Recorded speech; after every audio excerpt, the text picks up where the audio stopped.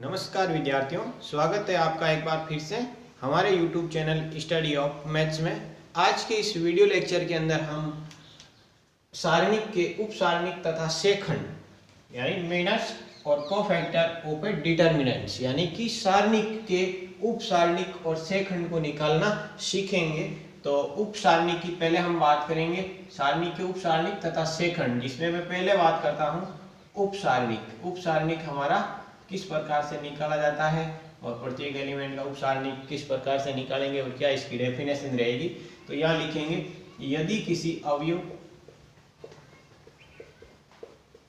सारणिक के अवयव ए आई जे के अनुदिश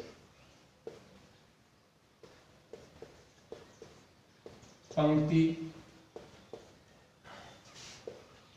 व स्तंभ को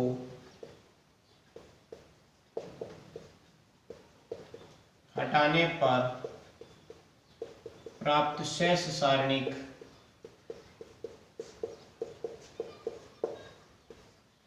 उस अवयव की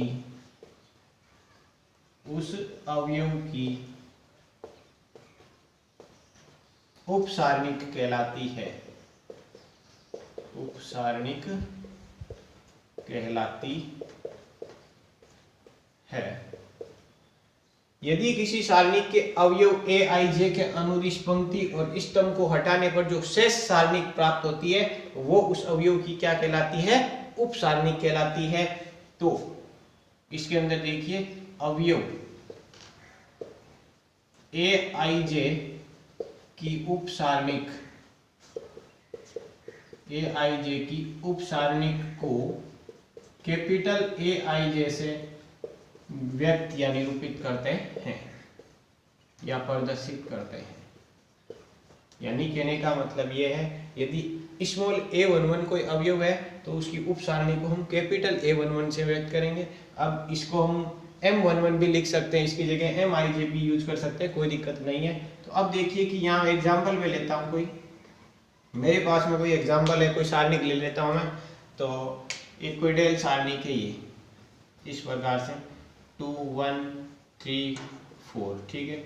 अब मैंने आपसे पूछा है कि इस सारणी के अंदर A11 की उप सारणी क्या रहेगी, A11 की उप सारणी क्या प्राप्त होगी वो हमारे को बतानी है। तो अब देखिए कि यहाँ से A11 की तो उप सारणी की जो परिभाषा है वो हमारे को क्या बता रही है कि उस अवयव के अनुदिश पंक्ति और स्तंभ दोनों को हटा दो। तो इस अवयव के अनुदिश पंक्ति और स्तंभ दोनों को हटाएंगे तो यहाँ से, यानी कि इसके अनुदिश पंक्ति और स्तंभ को हटाते हैं तो क्या प्राप्त होता है? 4 प्राप्त होता है। तो ये हमारी क्या कहलाएगी? इस अवयव की उप सारणिक कहलाएगी। इसी प्रकार से उप सारणिक जो है इसको हम किससे रिप्रेजेंट करते हैं? कैपिटल A11 की वैल्यू प्राप्त हो गई है। इसी प्रकार से मैं इसमें आपसे पूछ लूंगा कि भाई आप मुझे A12 की उप सारणिक कैपिटल A12 का मान कितना आएगा? तो A12 एलिमेंट होता है कौन सा? ये वाला। तो अब इसके लिए इस पंक्ति और इस स्तंभ को हटाएंगे, कितना प्राप्त हो जाएगा? 3 प्राप्त हो जाएगा। तो ये हमारे पास में इन अवयवों की हम उप सारणिक निकालना सीखी है। तो अब इसके अंदर देखिए डेल सारणिक में और ले लेता हूं। तो यहाँ पर 1 2 1 1 0 1 1 2 3, ठीक है। अब इस सारणी के अंदर मैंने आपसे बोल दिया कि आप मेरे को A11 की उप सारणिक बताओ। तो A11 की जो उप सारणिक है, उप सारणिक को हम क्या लिखेंगे? Capital A11। कैसे निकालेंगे कि A11 कौन सा अवयव है? ये अवयव है, ठीक है। तो इसके अनुदिश पंक्ति और स्तंभ को हटा दिया तो ये शेष सारणिक बची है। कौन सी बची है? शेष सारणिक में इसमें तो एक अवयव था तो हमने सीधा लिख दिया था, इसमें 4 एलिमेंट है तो इसको सारणिक रूप में लिखेंगे 0 2 1 3। और अब इसकी वैल्यू निकाल देंगे तो A11 की जो मान हमारे पास में कंप्लीट कितना आ जाएगा? इसका इसके साथ गुणन 3 × 0 कितना हो जाएगा? 0 -2 यानी a11 की मान कितना आ जाएगा -2 प्राप्त हो गया है। या आप यहीं पर भी इसको छोड़ सकते हैं। तो किसी भी अवयव की उप सारणिक निकालनी है तो उस अवयव के अनुदिश पंक्ति और स्तंभ को हटा देते हैं और जो शेष सारणिक हमारे को प्राप्त होती है वही उस अवयव की क्या कहलाती है, उस अवयव की उप सारणिक कहलाती है। अब आप प्रत्येक एलिमेंट की उप सारणिक ज्ञात कर सकते हैं। जैसे इस अवयव की उप सारणिक निकालेंगे तो इसको और इसको हटाएंगे, इसकी निकालेंगे तो इसको और इसको हटाएंगे। तो ये हमारी बात हुई है उप सारणी की। तब आप इसका एक स्क्रीनशॉट ले सकते हैं। अब हम देखेंगे कि भाई किसी भी सारणी का उप सारणिक हमने देख लिया। अब सेखंड की बात करते हैं कि ये सेखंड है जो हम किस प्रकार से कैलकुलेट करेंगे। तो सेखंड कोफैक्टर जो हमारे पास में प्राप्त होगा किस प्रकार से निकाला जाएगा। तो देखिए सेखंड क्या होगा, यदि किसी सारणिक को मेरे को a11 अवयव है, यानी किसी सारणिक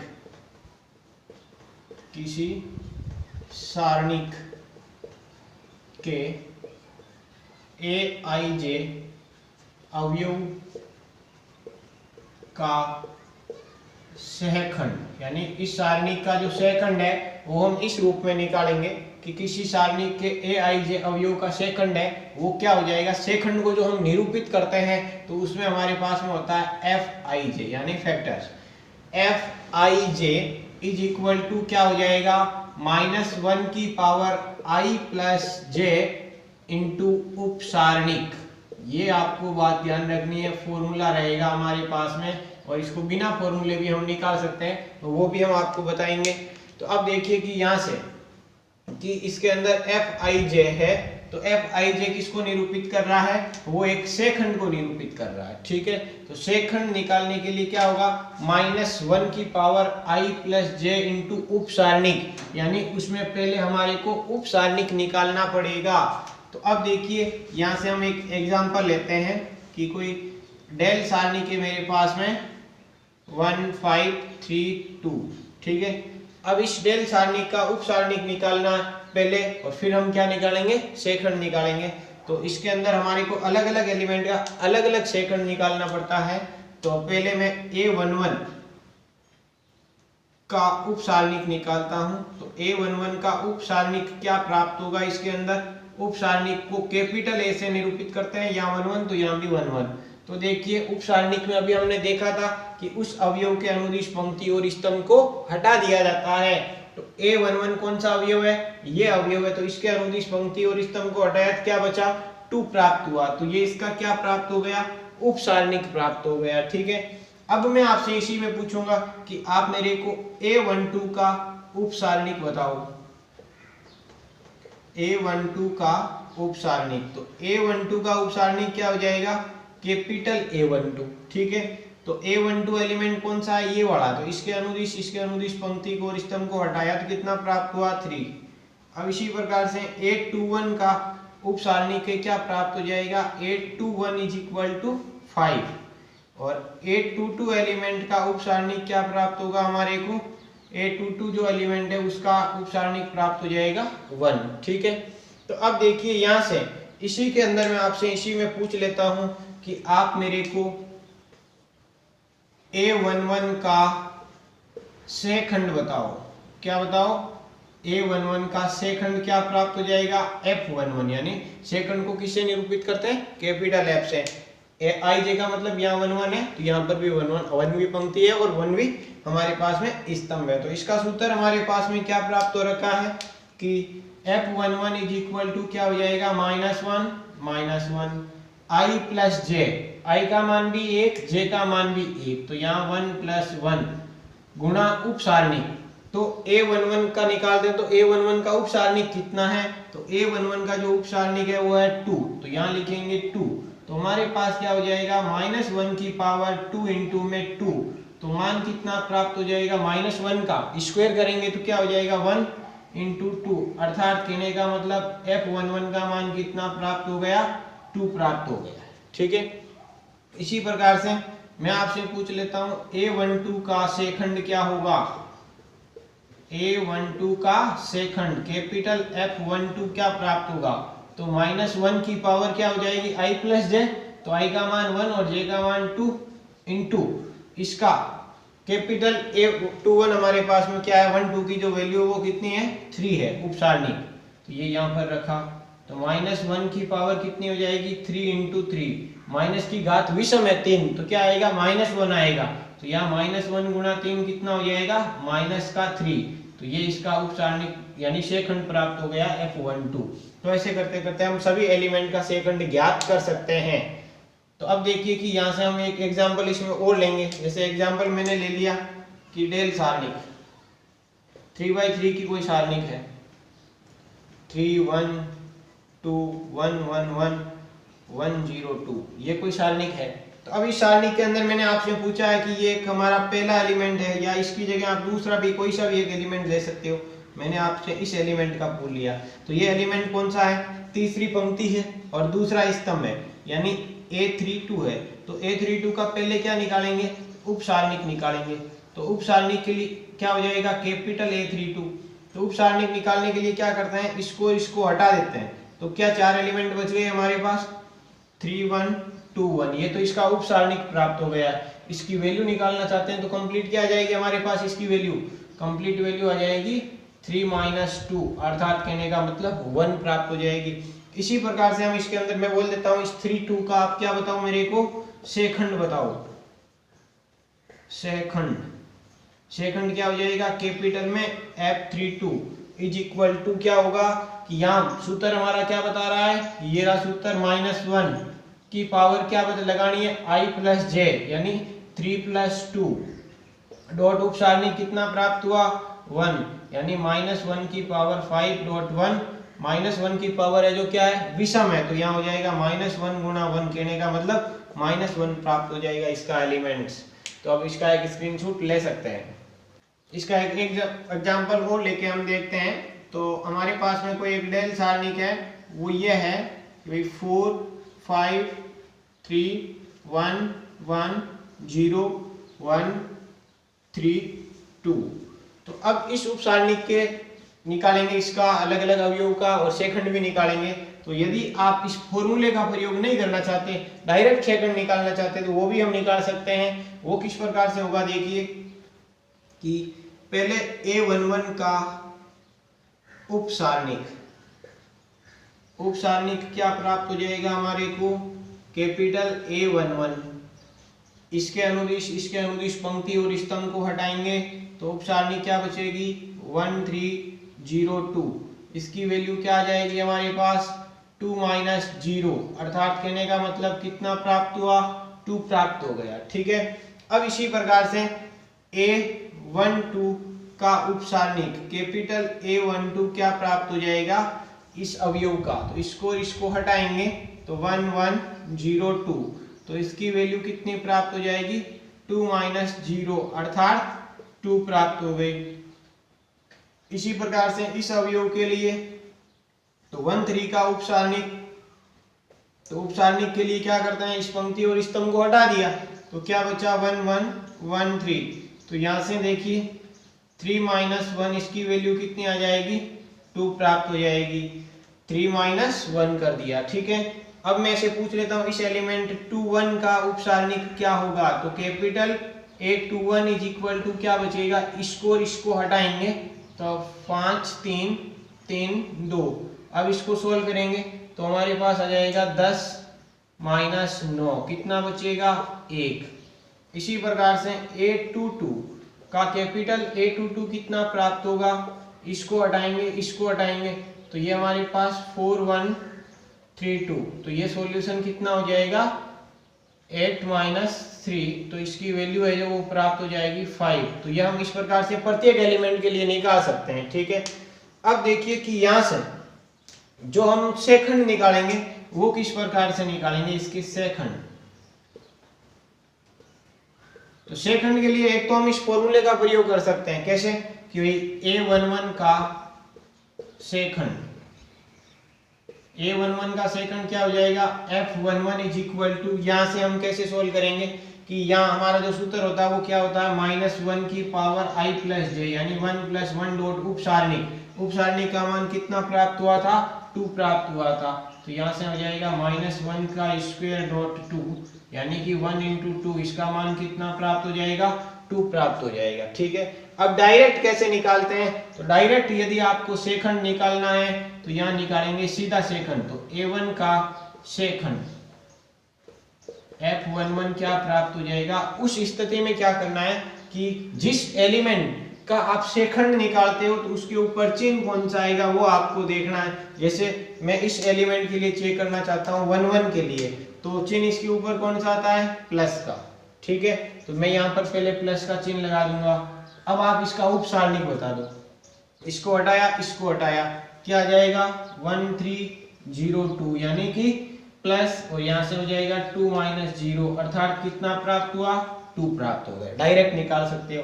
जैसे इस एलिमेंट का निकालेंगे तो इसके ऊपर चिन्ह किसका आएगा? माइनस का। तो मैं यहाँ लिखूंगा A12 का सेकंड F12 क्या प्राप्त हो जाएगा? चिन्ह क्या है इसके आगे? माइनस, पहले वो लगा दो।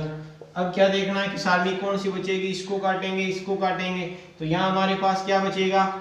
यानी इसको और इस दोनों को यानी कि काट देंगे ये और ये वैल्यू, तो यहाँ बचेगा 1102 और इसकी वैल्यू निकालेंगे तो माइनस, और ये आपका 2 - 0 अर्थात कितना प्राप्त हुआ? -2। ये आप दोनों कंसेप्ट से निकाल सकते हैं, कोई प्रॉब्लम नहीं है। तो अब आप इसका एक स्क्रीनशॉट ले सकते हैं। अब हम 4.1 एक्सरसाइज की शुरुआत करते हैं। इसका पूरा बेसिक हमने दोनों वीडियो लेक्चर्स के अंदर देख लिया है। यानी कि पहले वीडियो लेक्चर के अंदर सारणी की डेफिनेशन हमने देखी थी, सारणी का मान निकालना सीखा था तीनों, यानी 1/1 की सारणी, 2/2 की सारणी, 3/3 की सारणी, तीनों का मान निकालना सीखा था एग्जाम्पल सहित। और फिर हमने सारणी के गुणधर्म भी हमने देख लिए थे और सेकंड और उप सारणी का भी अध्ययन हमने कर लिया है। तो अब हम क्या करेंगे इसके अंदर कि k के किस मान के लिए 4.1 का जो पहला क्वेश्चन है वो है k के किस मान के लिए इस सारणी का मान 0 प्राप्त होगा। यानी कि इसमें हमारे को क्या पूछा गया है कि इस सारणी का मान, यानी इसमें k की जगह हम ऐसी कौन सी वैल्यू रखें कि इसका मान 0 हो जाए। तो अब देखिए इसका जो सॉल्यूशन होगा वो हम इस प्रकार से करेंगे कि सारणी का मान 0 बताना है, तो इसका मान 0 के इक्वल 2 4 - 3, यानी इसकी वैल्यू किसके इक्वल होनी चाहिए? 0 के इक्वल। कब? जब इसके की जगह हम ऐसी कौन सी संख्या रखें, तो उसको निकालने के लिए हमारे को सॉल्यूशन करना है। तो अब देखिए कि यहाँ से तो इसका सारणी का मान निकालेंगे तो इसका इसके साथ गुणन, 2/2 की सारणी के अग्रक विकर्ण का गुणन माइनस फर्स्ट विकर्ण का गुणन हो जाएगा। तो माइनस का 3k, यानी इसका इसके साथ गुणन करवाया, माइनस 4 × 2 8 = 0।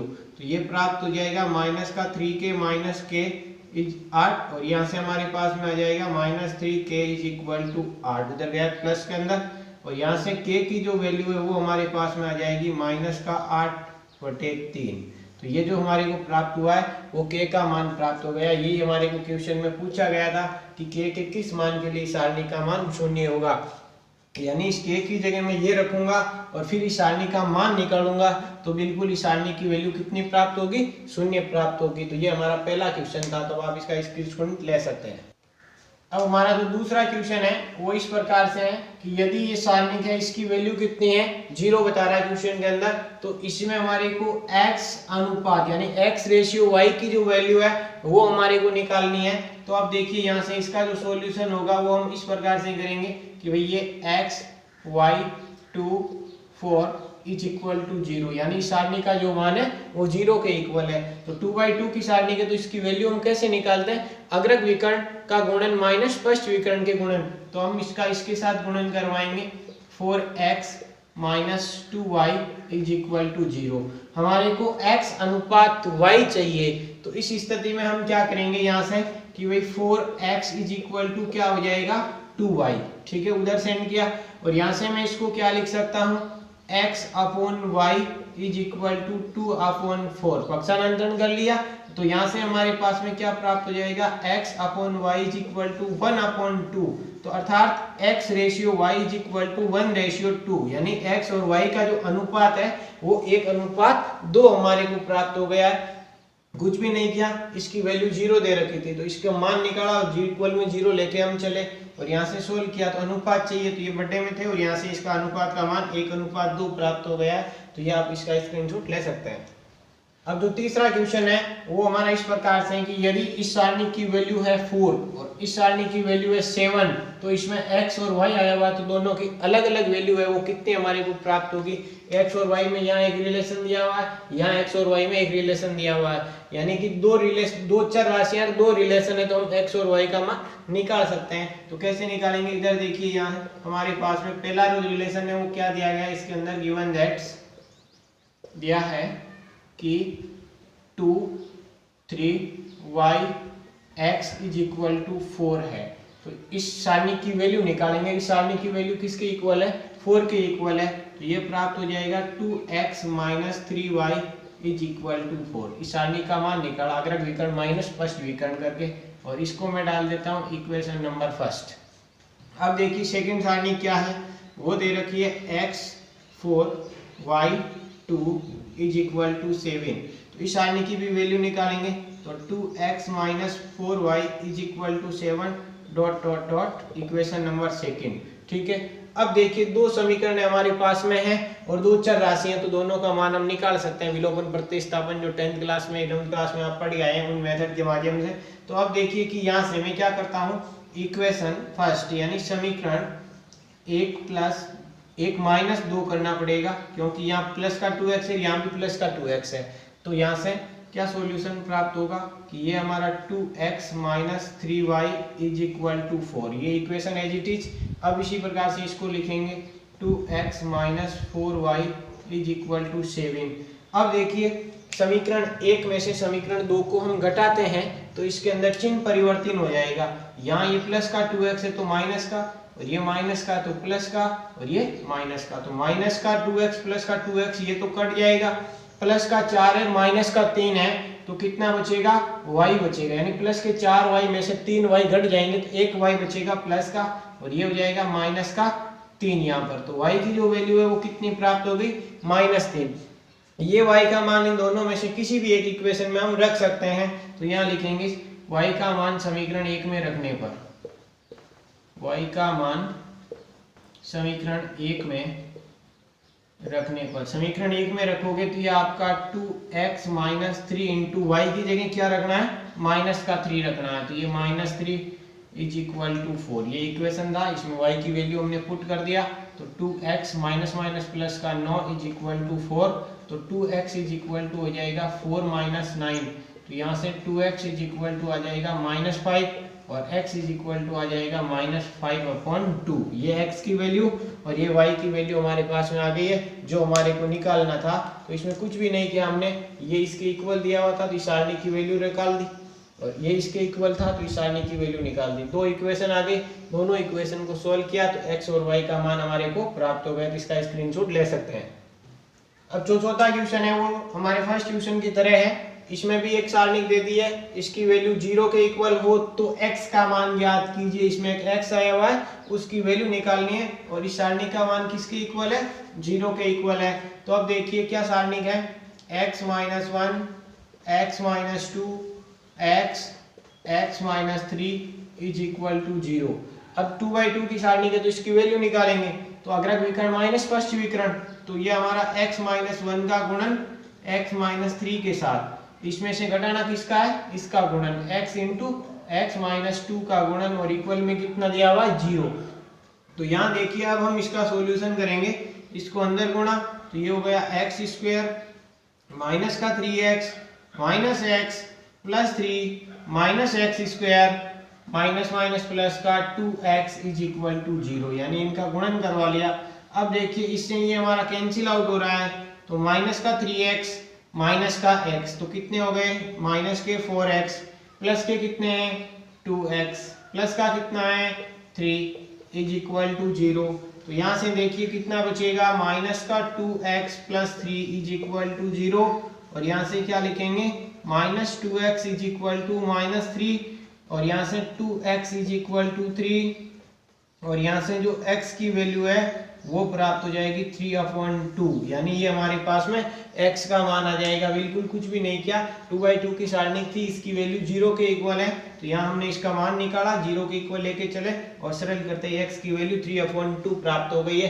तो आप इसका एक स्क्रीनशॉट ले सकते हैं। इस प्रकार से है कि निम्न सारणी को मैं प्रथम स्तंभ के अवयवों की उप सारणिक और शेखंड लिखना पहले तो कि भाई प्रत्येक प्रथम स्तंभ के लिए जो भी अवयव है उनके उप सारणिक और शेखंड लिखना है और फिर उनकी सहायता से सारणी का मान भी हमारे को निकालना है। तो हम इसके पहले फर्स्ट को सोल्व करते हैं। तो फर्स्ट के लिए मेरे पास में क्या होगा, ये हमारे को सारणी दे रखी है। इस सारणी के पहले स्तंभ के लिए तो मेरे पास A11 का उप सारणिक क्या आएगा वो निकालना पड़ेगा। तो A11 का उप सारणिक क्या होता है, कैपिटल A11। उप सारणिक के लिए क्या करते हैं हम लोग, उस अवयव के अनुदेश पंक्ति और स्तंभ को हटा देते हैं। तो इनको हटाएंगे तो ये हमारे पास बचेगा -1 2 2 5। इसकी जो वैल्यू निकालेंगे तो वो प्राप्त हो जाएगी -2 गुणा में और ये आपके पास हो जाएगा -10। तो ये सॉल्यूशन हो जाएगा -12। किसके लिए, A11 का उप सारणिक हमारे पास में आ गया है। तो अब इस A11 का शेखंड निकालते हैं। तो शेखंड क्या होगा इसका, कैपिटल F11 हो जाएगा।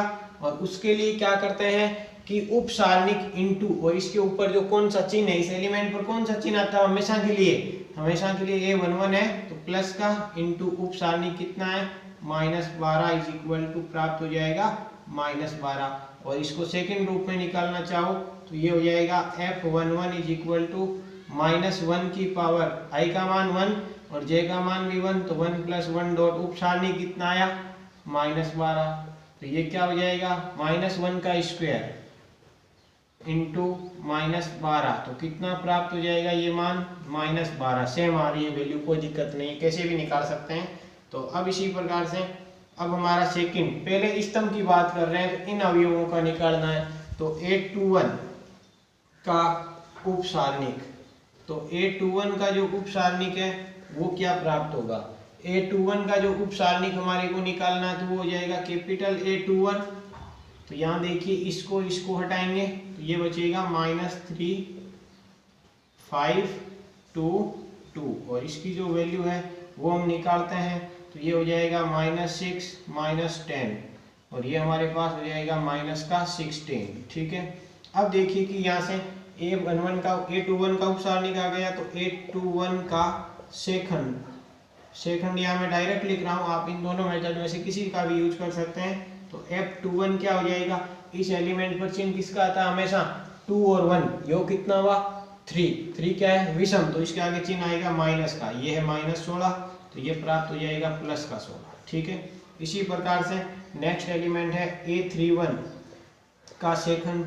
तो A31 का शेखंड क्या प्राप्त हो जाएगा, F31 प्राप्त हो जाएगा। F31 के लिए क्या, हम पहले निकालेंगे इसका उप सारणिक A31। ठीक है। तो A31 के लिए इसको हटाएंगे तो ये क्या हो जाएगा -3 -1 2 2। तो यहाँ से इसकी वैल्यू क्या आ जाएगी -6 माइनस और ये हो जाएगा -2। तो यहाँ से इसकी जो वैल्यू है वो हमारे को प्राप्त हो जाएगी -6 + 2। कहने का मतलब मान कितना प्राप्त हुआ हमारे को, -4 प्राप्त हो गया। तो अब इसी प्रकार से A31 का शेखंड हम कैसे निकालेंगे, ये उप सारणिक था यहाँ, उप सारणिक, और यहाँ हम निकालेंगे का शेखंड। क्या हो जाएगा इसका शेखंड F31। ठीक है। तो उसके लिए क्या, इसके ऊपर चिन्ह कौन सा आएगा, प्लस का चिन्ह आएगा। तो ये प्लस और यहाँ कितना प्राप्त हुआ -4। तो ये वैल्यू आ जाएगी -4। तो हमने प्रथम जो स्तंभ था उसके प्रत्येक अवयव का उप सारणिक शेखंड निकाल दिया। ठीक है। अब इनकी सहायता से सारणिक का मान निकालना है। तो जो सारणिक का मान है तो वो हमने गुणधर्म में कल देखा था कि भाई सारणिक का मान क्या होता है। सारणिक का जो मान हमें प्राप्त होता है वो हमेशा किसी एक पंक्ति या किसी एक स्तंभ के अनुदिश उन अवयवों तथा उनके शेखंडों के गुणनफलों का जो योग होता है वो सारणी की वैल्यू को निरूपित करता है। गुणनखंडों और उन जो अवयव है ना उनके गुणनफलों का योग। तो जैसे यहाँ क्या हो जाएगा, पहला अवयव A11 तो इसका शेखंड क्या आया था F11 प्लस दूसरा A21 तो F21 प्लस A31 तो F31। तो अब देखिए ये अवयव और इसका संगत शेखंड ये हो गया, गुणनफल कर लिया। ये अवयव और इसका संगत शेखंड, ये अवयव और इसका संगत शेखंड, इनका योगफल करेंगे तो क्या प्राप्त हो जाएगा, इस सारणी का मान प्राप्त हो जाएगा। तो यहाँ से देखिए इनकी वैल्यू रखेंगे हम। तो A11 का मान कितना है, A11 का मान है 1 इंटू F11 कितना प्राप्त हुआ था, F11 का मान -12 प्लस A21 कितना है 4 है, तो ये A21 4 हो गया। F21 कितना हमारे पास, F21 का जो मान है वो हमने निकाला था, यहाँ पर कितना है 16 प्राप्त हुआ था, प्लस प्लस A31 का मान कितना हमारे पास, A31 का मान है 3। F31 का मान कितना प्राप्त हुआ था, F31 प्राप्त हुआ था -4, तो ये -4। अब देखिए यहाँ से -12, 16 इंटू 4 कितने हो जाएंगे 64 और माइनस के 12, तो ये प्राप्त हो जाएगा 64, माइनस माइनस के कितने हो जाएंगे 24, तो जैसे ही घटाएंगे कितना प्राप्त हो जाएगा 40। किसका मान है, डेल, इस सारणी का मान। आप प्रश्न करके निकालोगे तो यही वैल्यू प्राप्त होगी। आप किसी भी पंक्ति और किसी भी स्तंभ के अनुदिश ये रूल लगा सकते हैं। अब यहाँ पर A11 है तो यहाँ F11 होना चाहिए, ये ध्यान रखना आपको। तो आप इसका एक स्क्रीनशॉट भी ले सकते हैं और इस सेकंड क्वेश्चन को भी आप सेम इसी टाइप से सरल करेंगे, कोई दिक्कत नहीं आएगी। ABC और AHJ देख के आपको घबराना नहीं है। ऐसे ही हमारे उप सारणी को सेकंड देने हैं और इसकी वैल्यू निकालने के लिए यही फॉर्मेट आपको काम लेना है। सेम कौन सा स्तंभ लेंगे, पहला स्तंभ लेंगे, प्रत्येक अवयव का उप सारणी सेकंड निकालेंगे। तो अब इसका स्क्रीनशॉट लें।